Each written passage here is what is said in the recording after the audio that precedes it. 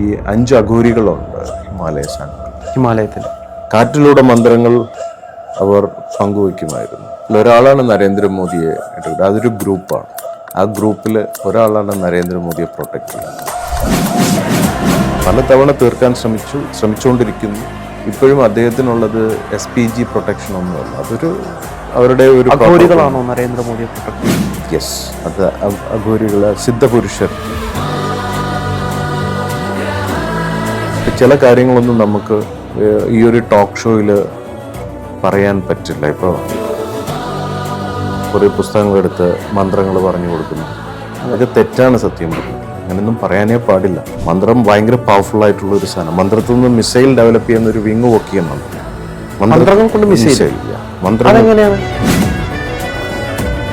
വേദം വായിച്ച് കുറെ വേദമന്ത്രം പറഞ്ഞിരിക്കുന്ന ആത്മീയതയാണ് നമ്മൾ ഇന്നിവിടെ കണ്ടുകൊണ്ടിരിക്കുന്നത്. അത് നമ്മുടെ ഒരു ഗതികേടാണ്. ബോധിധർമ്മൻ ആ തലം വേറെയാണ്. പക്ഷെ ഇവർക്കെല്ലാം ഒരു രഹസ്യ ശക്തികൾ ഉണ്ടായിരുന്നു. ഇന്നത്തെ ആളുകൾ ആ രഹസ്യ ശക്തികൾക്ക് വേണ്ടിയിട്ടാണ് പോകുന്നത്. രഹസ്യ ശക്തി എങ്ങനെ കിട്ടും? എത്ര രഹസ്യങ്ങളുണ്ട് ലോകത്ത്? ആർക്കും അറിയില്ല. 3 തരം രഹസ്യങ്ങളാണ്: രഹസ്യം, അതിരഹസ്യം, പരാപരാതി രഹസ്യം. പരാപരാതി രഹസ്യം കിട്ടുന്നതെല്ലാം സ്വയം ഗുരുവാണെന്ന് പറഞ്ഞ് ജീവിക്കുകയാണെങ്കിലും അവർ പലവരുടെയും ജീവിതത്തിൽ ഒരു കുരുവായിരുന്നു. അങ്ങനെ യഥാർത്ഥ ഗുരുവാണ്. ഒരു ദൗത്യത്തിന്റെ ഭാഗമായിട്ട് എത്തിയത് തന്നെയാണ് എന്നെ അവിടുന്ന് കൊണ്ടുപോകുന്നത്. പിന്നെ കാണുന്നത് മഹേശ്വരന്റെ കവാടം എന്നറിയപ്പെടുന്ന ഹിമാലയ സാനുക്കളിൽ പോകുന്ന വഴിക്ക് റോഡിൽ നിന്ന് കിട്ടുന്ന ഭക്ഷണവും വെള്ളവും കുടിച്ച് കഴിച്ച് അതൊരു ലൈഫാണ്. പക്ഷെ എനിക്കിപ്പോഴും വിശ്വസിക്കാൻ കഴിയുന്നില്ല. ഒരാൾ പോകാമെന്ന് പറയുന്നു, വിളിക്കുന്നു, കൂടെ പോകുന്നു, ഒരു സാധാരണ ജീവിതം നയിക്കുന്ന ഒരാൾ പെട്ടെന്ന് എങ്ങനെയാണ് ആ ഒരു ചിന്തയിലേക്ക്, അല്ലെങ്കിൽ സ്വന്തം വീട്, അല്ലെങ്കിൽ സ്വന്തം നാട്, അമ്മ, അങ്ങനെ കുറേ നമുക്ക് ഒരുപാട് ബാരിയേഴ്സ് ഉണ്ട്. ഇതിനെ എല്ലാം മറികടന്ന് ഒരാൾ വിളിക്കുമ്പോൾ ഉടനെ പോകാൻ എനിക്ക് ഒരിക്കലും മനസ്സിലാകുന്നില്ല. അത് നല്ല ചിന്തിക്കേണ്ട ചില ഭൗതിക തലത്തിൽ ചിന്തിക്കുമ്പോൾ അതൊക്കെ ഒരു അത്ഭുതമായിട്ട് തോന്നും. പക്ഷേ അദ്ദേഹം എൻ്റെ പിതാവാണെങ്കിലോ, എൻ്റെ സൃഷ്ടാവാണെങ്കിലോ, എൻ്റെ സംരക്ഷകനാണെങ്കിലോ, എൻ്റെ ഊർജ സ്രോതസ്സാണെങ്കിലോ വിളിച്ചാൽ പോകാതിരിക്കാൻ പറ്റുമോ? പറ്റില്ല. ഒരാളെ ഭൗതികമായി കാണുമ്പോഴാണ് നമ്മൾക്കത് ദ്വൈതാവസ്ഥ എന്ന് പറയും. ദ്വൈതാവസ്ഥയെ കാണുമ്പോഴാണ് എൻ്റെത് നിൻ്റെത്, വേറൊരാൾ ഞാൻ എന്നിങ്ങനെ വരും.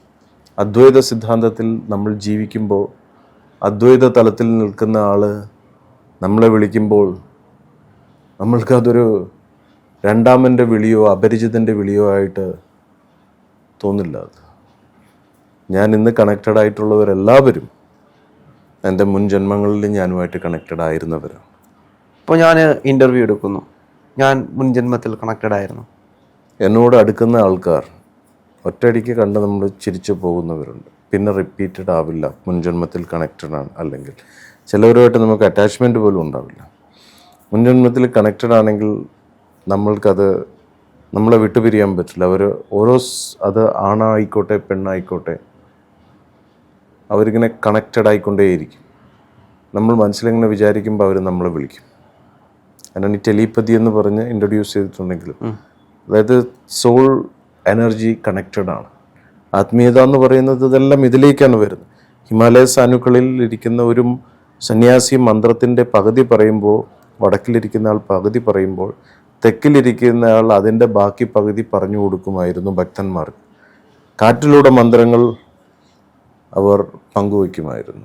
സാറ്റലൈറ്റ് ഇന്ന് കാണുന്ന പോലെ, മൊബൈൽ കമ്മ്യൂണിക്കേറ്റ് ചെയ്യുന്ന പോലെ വേവ്സിലൂടെ ഇപ്പോഴും കമ്മ്യൂണിക്കേറ്റ് ചെയ്യാൻ ശക്തരായിട്ടുള്ള ആൾക്കാരുണ്ട്.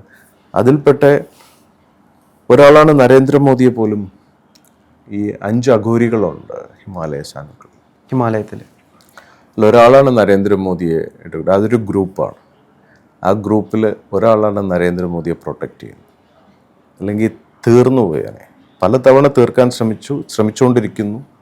ഇപ്പോഴും അദ്ദേഹത്തിനുള്ളത് SPG പ്രൊട്ടക്ഷൻ ഒന്നുമല്ല. അതൊരു അവരുടെ ഒരു അഘോരികളാണോ നരേന്ദ്രമോദിയെ പ്രൊട്ടക്ട് ചെയ്യുന്നത്? യെസ്, അത് അഘോരികൾ, സിദ്ധപുരുഷർ അദ്ദേഹത്തിൻ്റെ എല്ലാ ഉയർച്ചയുടെ പിന്നിലുമുണ്ട്. അദ്ദേഹം ഒരു അഘോരിയാണോ? ആര്?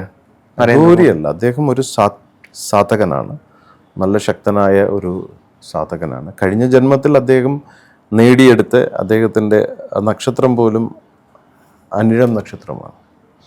അദ്ദേഹത്തിന് വേണ്ടി ആദ്യമായിട്ട് പൂജ ചെയ്യുന്നത് PP മോന്തേട്ടനും നമ്മുടെ ഒരു ഗ്രൂപ്പാണ്. അറിയോ? അത് അറിയില്ല. PP മോന്തേട്ടൻ, സഞ്ജയ് വിനായക് ജോഷി, നരേന്ദ്രമോദിജി, ഇവർ 3 പേരുമായിരുന്നു ഒരു സമയത്ത് പ്രചാരകരായിരുന്നു. ഇവർ 3 പേരും ഒന്നിനൊന്ന് ഭക്തരാണ്, ഒന്നിനൊന്ന് സാധകരാണ്. അവർ ആത്മീയ തലത്തിൽ അത്രയും ഉയർന്ന ജീവിതത്തിൽ പോകുന്നവരുമാണ്. പക്ഷേ 3 സ്റ്റൈലിലാണെന്നേ ഉള്ളൂ. മോന്തേട്ടൻ ആത്മീയതയിൽ ഒരു കുറവുമില്ലാത്ത വ്യക്തിയാണ്. സഞ്ജയ് വിനായക് ജോഷി അതുപോലെ തന്നെ. 2 പേരും എൻ്റെ അത്രയും അടുത്ത സർക്കിളിൽ ഉള്ള. മോന്തേട്ടൻ നമ്മുടെ ഭൗതികമായി അദ്ദേഹം ഇല്ലെങ്കിലും his energy still there with us. Sanjay ji ആയിക്കോട്ടെ, സഞ്ജയ് ഭായിയുടെ അങ്ങനത്തെ ഒരു ഇതാണ്. ഇപ്പം മോദി എന്ന് പറയുന്നത് അദ്ദേഹം വേറൊരു തരത്തിൽ കാര്യങ്ങൾ ചെയ്യുന്ന അദ്ദേഹത്തിൻ്റെ ഉപാസനാമൂർത്തിയെ പറ്റി പറയാനോ ഇപ്പം ചില കാര്യങ്ങളൊന്നും നമുക്ക് ഈ ഒരു ടോക്ക് ഷോയിൽ പറയാൻ പറ്റില്ല. ഇപ്പോൾ സോഷ്യൽ മീഡിയയിൽ യൂട്യൂബിലൊക്കെ ലൈക്ക് കിട്ടാനും ഇതിനു വേണ്ടിയിട്ട് കുറേ പുസ്തകങ്ങളെടുത്ത് മന്ത്രങ്ങൾ പറഞ്ഞു കൊടുക്കുന്നു. അതൊക്കെ തെറ്റാണ് സത്യം പറഞ്ഞാൽ. അങ്ങനെയൊന്നും പറയാനേ പാടില്ല. മന്ത്രം ഭയങ്കര പവർഫുൾ ആയിട്ടുള്ള ഒരു സാധനം. മന്ത്രത്തിൽ നിന്ന് മിസൈൽ ഡെവലപ്പ് ചെയ്യുന്ന ഒരു വിങ് വർക്ക് ചെയ്യുന്നുണ്ട്. സൗണ്ട് ഒരു വേവായിട്ട് പോയിട്ട് ഒരു പവറായിട്ട് ഫോം ചെയ്യും. അതിൽ മെറ്റൽസിൻ്റെ അംശമുണ്ട്. ഒരു സർട്ടൺ മന്ത്രം ഒരു ഫ്രീക്വൻസിയിൽ ആ സൗണ്ട് ജനറേറ്റ് ചെയ്ത് കഴിഞ്ഞാൽ നമ്മുടെ ഓറ ക്രാക്ക് ചെയ്ത് കളയാൻ പറ്റും. ഓറയിൽ 5 ഓറിക് ബോഡീസ് പോയി കഴിഞ്ഞാൽ, ചക്രാസ് ചേഞ്ച് ആയി കഴിഞ്ഞാൽ ലൈഫ്. കാരണം ബോഡി കംപ്ലീറ്റ് ഇരിക്കുന്നത് ഇതൊരു ഭയങ്കര രസകരമായ ഒരു ജെല്ലി പ്രതിഭാസമാണ്. ഒരു 70% ജലമാണ് ഇതിനകത്ത്. ഒന്ന് ഞെക്കി സ്ക്യൂസ് ചെയ്ത് കഴിഞ്ഞാൽ കുറേ ചാറ് മാത്രം കിട്ടുന്ന സാധനം. ഇത് എനർജിയുടെ ഒരു മൂവിങ് സാറ്റലൈറ്റാണ്, ഒരു ഡിവൈസാണ്. നമ്മൾ ഈ കാണുന്ന പോലെ മെറ്റീരിയൽ വെപ്പണും ഉണ്ട്, സ്പിരിച്വൽ വെപ്പണും ഉണ്ട്. ഇൻവിസിബിൾ വെപ്പൺസ് ഒരുപാടുണ്ട്. റേഡിയേറ്റ് ചെയ്ത് കയറുന്ന എനർജീസ് ഉണ്ട്. അതുപോലെ നമ്മുടെ ബോഡി ഇപ്പം നമ്മൾ അറിയാതെ നമ്മൾ നശിപ്പിക്കുന്നതാണ് നമ്മുടെ ബോഡിയെ. നമ്മൾ കഴിക്കുന്ന ഭക്ഷണത്തിലൂടെ. ഭക്ഷണം ആത്മാവിന് കൊടുക്കുന്ന അർച്ചനയാണ്. ഈ കൊടുക്കുന്ന ഇത് ബോഡിക്ക് അകത്തേക്ക് കയറി ചെല്ലുമ്പോൾ നമ്മുടെ എനർജി തലം. ഇതാണ് ഈ അഘോരികളുടെയും ബാക്കിയുള്ള ഈ സൂപ്പർ സയൻസ് കൈകാര്യം ചെയ്യുന്ന സയൻറ്റിസ്റ്റുകൾ. അവരൊക്കെ ഋഷിവര്യന്മാരായിരുന്നു കഴിഞ്ഞ ജന്മത്തിലൊക്കെ. ഇന്നിപ്പം അവർ കാവ്യ വസ്ത്രമൊന്നും ഇട്ട് നടക്കുന്നില്ല. അവർ വേറെ ഡ്രസ്സിലാണ് നടക്കുന്നത്. പക്ഷെ അവരുടെ തല എന്താണ്? മനനം ചെയ്യുന്നവൻ ആരോ മുനി. അവനാണ് മുനി. അവനെ ക്രിയേറ്റീവായിട്ട് ഓരോ സാധനങ്ങൾ കൊടുക്കാൻ പറ്റുള്ളൂ. ഒരു പുസ്തകം വായിച്ച് അതിലെ കഥ പറഞ്ഞിരിക്കുന്നവൻ സ്റ്റോറി ടെല്ലറാണ്. വേദം വായിച്ച് കുറേ വേദമന്ത്രം പറഞ്ഞിരിക്കുന്ന ആത്മീയതയാണ് നമ്മൾ ഇന്നിവിടെ കണ്ടുകൊണ്ടിരിക്കുന്നത്. അത് നമ്മുടെ ഒരു ഗതികേടാണ്. ക്രിയേറ്റീവായിട്ട് പലതും ബോധിധർമ്മൻ, ആ തലം വേറെയാണ്. പക്ഷെ ഇവർക്കെല്ലാം ഒരു രഹസ്യ ശക്തികൾ ഉണ്ടായിരുന്നു. ഉണ്ട്. ഇന്നത്തെ ആളുകൾ ആ രഹസ്യ ശക്തികൾക്ക് വേണ്ടിയിട്ടാണ് പോകുന്നത്. രഹസ്യ ശക്തി എങ്ങനെ കിട്ടും? എത്ര രഹസ്യങ്ങളുണ്ട് ലോകത്ത്? ആർക്കും അറിയില്ല. 3 തരം രഹസ്യങ്ങളാണ്. രഹസ്യം, അതിരഹസ്യം, പരാപരാതി രഹസ്യം. രഹസ്യങ്ങളാണ് സാധാരണ സോഷ്യൽ മീഡിയാസിൽ അല്ലെങ്കിൽ പത്രക്കാർ വെളിപ്പെടുത്തുന്നത്. ഇങ്ങനെ അതിരഹസ്യം എന്ന് പറഞ്ഞാൽ നരേന്ദ്രമോദിയെ പോലുള്ള വലിയ ഭരണാധികാരികൾ അല്ലെങ്കിൽ വലിയ ഓരോ ഇൻ്റലിജൻസ് വിങ്ങിലൊക്കെ കിട്ടും. പരാപരാതി രഹസ്യം കിട്ടുന്നതെല്ലാം സൂക്ഷ്മ ശരീരത്തെ അറിയുന്നവനും ത്രികാലജ്ഞാനികൾക്ക്, അത്രയും വലിയ സിദ്ധപുരുഷന്മാരുടെ കയ്യിൽ മാത്രം ഇരിക്കുന്നതാണ്. അത് ആ രഹസ്യങ്ങളാണ്. അതിനുവേണ്ടിയാണ് ആൾക്കാർ തേടുന്നത് പോലും. ആ രഹസ്യങ്ങൾ കിട്ടുക എന്ന് പറയുന്നത് ദാറ്റ്സ് നോട്ട് സോ ഈസി. പക്ഷെ ഇന്നത്തെ ഈ രഹസ്യ സന്യാസിമാരെ നമുക്ക് കണ്ടെത്താൻ കഴിയുന്നില്ല. ആരാണ് യഥാർത്ഥ സന്യാസി, ആരാണ് മോശം സന്യാസി എന്ന് നമുക്ക് തിരിച്ചറിയാൻ കഴിയാത്ത രീതിയിലേക്ക് പോയി കഴിഞ്ഞിട്ടുണ്ട്. അതിൻ്റെ കാരണം എന്ന് പറയുന്നത് ലോകത്തെ ഏറ്റവും വലിയ അറിവ് എന്താണെന്നറിയോ? തിരിച്ചറിവാണ്.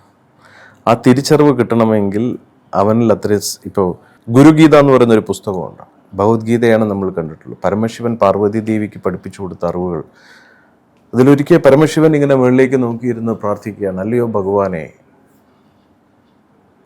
ഇങ്ങനെ പരമശിവൻ പ്രാർത്ഥിക്കുന്ന സമയത്ത് പാർവതി പറഞ്ഞു, അല്ലയോ മഹാദേവ, എല്ലാവരും അങ്ങേ വണങ്ങുന്നു, ആരാധിക്കുന്നു, പൂജിക്കുന്നു, പ്രാർത്ഥിക്കുന്നു. അങ്ങിത് ആരെയാണ് പ്രാർത്ഥിക്കുന്നത്? ഇപ്പോൾ ഭഗവാൻ പറഞ്ഞു, ഞാൻ എൻ്റെ ആദിപരാശക്തിയെയാണ് പ്രാർത്ഥിക്കുന്നത്. അപ്പോൾ ഈ പ്രാർത്ഥിക്കുന്നത് കൊണ്ട് കിട്ടുന്ന ഗുണങ്ങളെ പറ്റിയുള്ള ചർച്ചകളും കാര്യങ്ങളും പറഞ്ഞപ്പോൾ അവിടെയാണ് ഈ ശ്രേഷ്ഠരായ ഗുരുവിനെ പറ്റിയുള്ള ചർച്ച വരുന്നത്. അപ്പോൾ എങ്ങനെ ഒരു നല്ല ഗുരുവിനെ കണ്ടെത്താമെന്നുള്ളത്. അപ്പോൾ തെറ്റായ പാതകളിലേക്ക് പോകുന്ന ദുർജനങ്ങൾക്കും അവരുടെ യോഗ്യതയ്ക്കനുസരിച്ചുള്ള ഗുരുവിനെ കിട്ടുള്ളൂ. അപ്പം നമ്മൾ കള്ളനായ ഒരു ഗുരുവിനെ നമുക്ക് കിട്ടിക്കഴിഞ്ഞാൽ അത് നമ്മുടെ കർമ്മഫലമാണ്. അത് അനുഭവിക്കാൻ വേണ്ടിയുള്ളൊരു നമുക്കൊരു നല്ല ഗുരുവിനെ കിട്ടിയാൽ മാത്രമേ നമ്മൾക്ക് അജ്ഞതയാകുന്ന തിമിരച്ച് തുടച്ച് നീക്കിത്തരാൻ പറ്റുള്ളൂ. ഇന്ന് ഞാനിവിടെ കണ്ടിട്ടുള്ള പല ഗുരുക്കന്മാരുടെയും അവസ്ഥ, അവർ സ്വയം ഗുരുവാണെന്ന് പറഞ്ഞ് ജീവിക്കുകയാണെങ്കിലും അവർ പലവരുടെയും ജീവിതത്തിൽ ഒരു കുരുവായിരുന്നു. അത് ഏത് തരത്തിലുള്ള കുരുവാണ് എന്നുള്ളത് നമ്മളുടെ ആൾക്കാരുടെ അനുഭവം കൊണ്ട്, ഏത് ഭാഗത്തുണ്ടാവുന്ന കുരുവാണെന്നുള്ളത് നമ്മുടെ ആൾക്കാർ അനുഭവം കൊണ്ടും സ്വയം മനസ്സിലാക്കാൻ പറ്റും. ഇപ്പം ഇവർ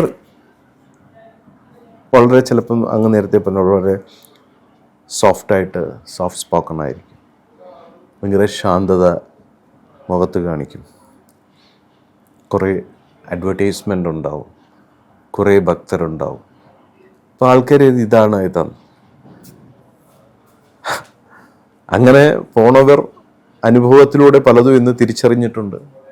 അവർ വേദനയോടുകൂടി അവരുടെ അനുഭവങ്ങൾ പങ്കുവെക്കുന്നുണ്ട് പല രീതിയിലും. അപ്പം ഒരു യഥാർത്ഥ ഗുരുവിനെയൊക്കെ കിട്ടണമെങ്കിൽ അത് അവരുടെ യോഗ്യതയ്ക്ക് അനുസരിച്ച്. അങ്ങൊരു യഥാർത്ഥ ഗുരുവാണോ? ഞാൻ ഗുരുവാണോ എന്ന് ഞാനല്ലല്ലോ പറയണേ. എനിക്ക് എൻ്റെ ഗുരു അല്ലെങ്കിൽ എന്നെ ഗുരുവായി കാണുന്നവരുണ്ട്. അത് ഞാൻ എത്രയൊക്കെ ഈ നേരത്തെ അങ്ങ് പറഞ്ഞ പോലെ അഗ്രസീവായി പെരുമാറിയാലും ഇപ്പം ഞാൻ ഈ വേഷമിട്ടാണ് ഞാൻ ഇരിക്കുന്നത്. ഇന്നലെ ഞാൻ ജീൻസ് പാൻറ്റും ഇട്ട് ഞാൻ ടീഷർട്ട് ഇട്ട് ഞാൻ ഇങ്ങനെ നടന്നു വരികയാണ്. ഞാനും ഗോപാലേട്ടനും ഇന്നലെ രാത്രി ഇവിടെ എത്തി.